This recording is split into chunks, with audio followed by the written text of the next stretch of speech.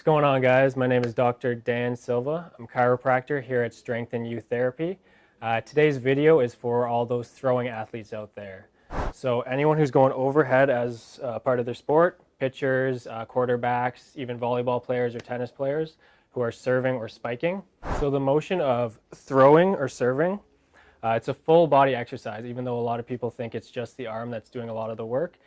The legs, the hips, the core, even the mid-back as well as the shoulder blade, all are coordinating to create that final motion where force is actually produced through the hand in the action of throwing a baseball or serving a volleyball.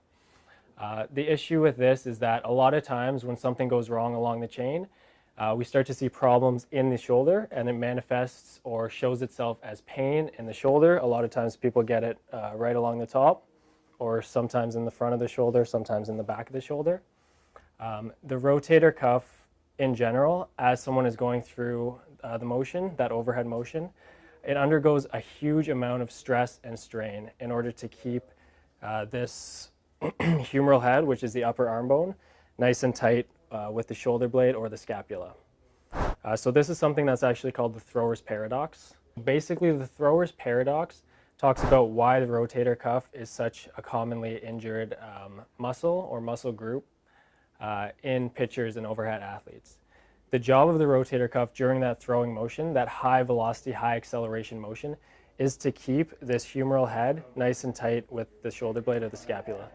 The issue that we run into is that huge forces are needed in order to maintain that centration of the joint with the humerus and the scapula.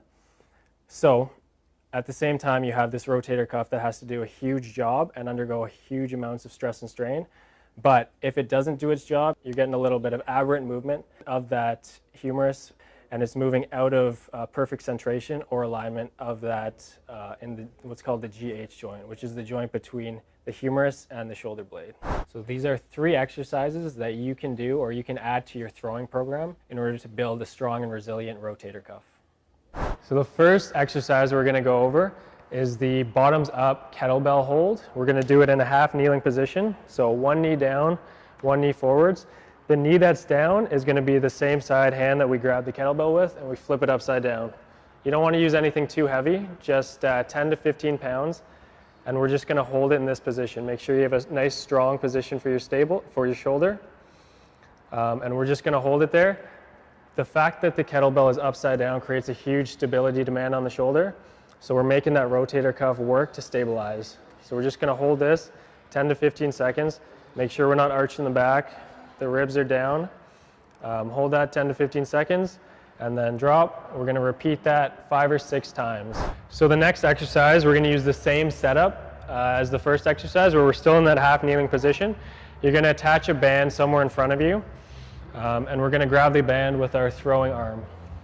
So the starting position for this exercise is right here with the arm basically in line with the torso, but at a shoulder at a 90-degree angle, and the elbow somewhere close to 90 degrees as well. And what we're going to do is let that band slowly pull us forward as we use our shoulder to ensure that the motion is slow and controlled. Once we get to the end, we're going to reset by using the other arm to help us back into this position.